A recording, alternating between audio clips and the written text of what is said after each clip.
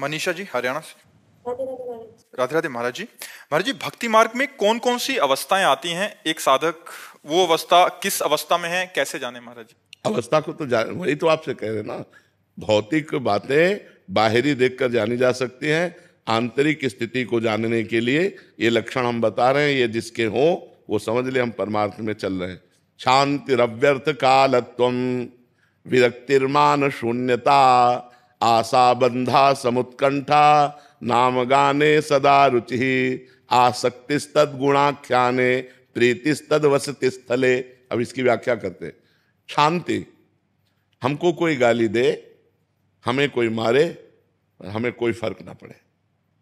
पहला लक्षण, जब भगवान कपिल देव जी संत का लक्षण बताते हैं तो उसमें भगवान तितिक्षवा कारुणिका, पहला लक्षण तितिक्ष। तो इसमें शांति, इतनी बड़ी शांति तुम्हारे अंदर हो कि तुम्हारा अपमान हो, तुम्हें कोई मारे, तुम्हें कोई गाली दे, तुम्हारा हृदय उसके प्रति बुरा का करने का भाव न बना पावे, उसका मंगल सोचे कि भगवान इसको सद्बुद्धि दे, ये स्वस्थ रहे, इसको भगवान मंगल करे, कभी इसका मंगल ना हो।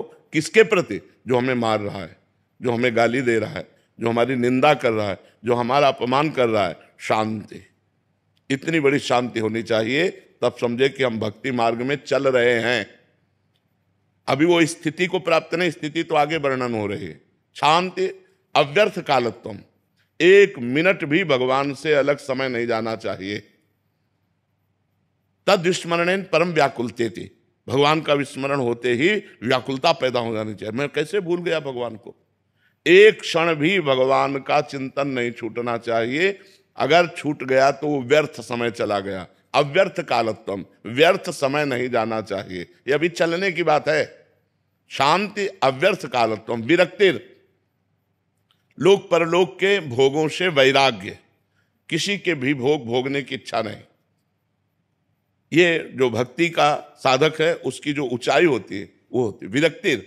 और फिर मान शून्यता, अपने में कोई सद्गुण ना देखना, अपने को अधम और नीच मानना और दूसरे में सद्गुण देखना, स्वयं अमानी रहकर दूसरों को मान देना, दूसरों का सत्कार करना, लेकिन जब अपना मान हो तो दुख होना कि मैं इस योग्य नहीं हूं, मैं तो नीच हूं, मैं अधम हूं। अमानिना मान देना, कीर्तनीया सदा हरि, जो सदैव भगवान का चिंतन करते हुए अमानी रहता है, दूसरों को मान देता है, वो भक्त है। मान शून्यता, शांति अव्यर्थ कालत्वम, विरक्तिर, मान शून्यता, आशा बंधा। अब उसके अंदर स्थिति आई, इसी जन्म में मुझे भगवत प्राप्ति हो जाएगी।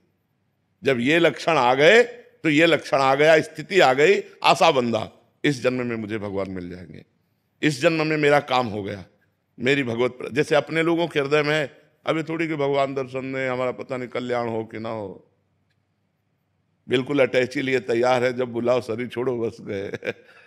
आशा बंधा, दृढ़ आशा हो जानी चाहिए कि इस जन्म में मेरा काम हो गया। क्योंकि शांति अव्यर्थ कालत्वम, विरक्ति, मान शून्यता, जब ये लक्षण आए तो एक महान स्थिति आ गई कि अब इस जन्म में मुझे भगवत साक्षात्कार हो जाएगा, मेरा काम हो गया। समुत्कंठा, हर समय एक आनंद, एक अद्भुत आनंद। जैसे हमसे पूछा किसी ने कि आपको कैसा आनंद लगता है, तो हमका पहली बात तो वाणी से बता ही नहीं सकते, क्योंकि किसी प्राकृतिक वस्तु के सुख को आप वाणी से नहीं बता सकते। जैसे आपको एक रसगुल्ला खवाया जाए, कैसा लगा? आप कहोगे मीठा। कैसा मीठा? बहुत मीठा। नहीं, बहुत मीठा कैसा? तो आप कहोगे खा के देख लो। इसके आगे आप नहीं वर्णन कर सकते। प्राकृतिक वस्तु के स्वाद को भी आप स्पष्ट वर्णन नहीं कर सकते, तो अप्राकृतिक भगवदानंद का आप वर्णन कैसे कर सकते हैं? तो हमने उदाहरण दिया कि जैसे नए लड़के को बहुत सुंदर लड़की जो बहुत अच्छी लगती हो और उससे ब्याह तय हो जाए तो उसको कैसा आनंद होगा? उससे करोड़ों गुना बनकर के हमारे हृदय में आनंद हर समय बना रहता है। इसीलिए किडनी फेल हमको दुख नहीं पहुंचा पाती, हर समय भगवद आनंद। समुत्कंठा, हर समय एक उत्कंठा भगवान से मिलन की, एक भगवान के चिंतन का अद्भुत आनंद। नाम गाने सदा रुचि, भगवान के नाम में इतनी रुचि हो गई कि त्रिभुवन की राज्य लक्ष्मी दे दी जाए तो भी नहीं छोड़ सकता। आसक्ति तद्गुणाख्याने, जिसके पास बैठ गया भगवान की चर्चा शुरू हो गई, वो भगवान की चर्चा सुने और कहे बिना रह नहीं सकता। और प्रीतिस्तद वसति स्थले, जो भगवान की अवतार लीलाएं हैं, जैसे अयोध्या है, मथुरा है, काशी है, द्वारिका है, वृंदावन है, इनमें उसकी प्रीति हो जाती है।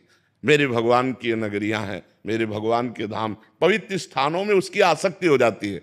बार बार जाना, दर्शन करना, रहने की इच्छा करना, ये पवित्र भाव उसके अंदर जागृत हो जाते हैं। यदि ऐसे भाव आ जाए तो जान ले भक्ति संपूर्ण अपना रंग जमा चुकी है। किसका प्रश्न था, समझ में आई बात?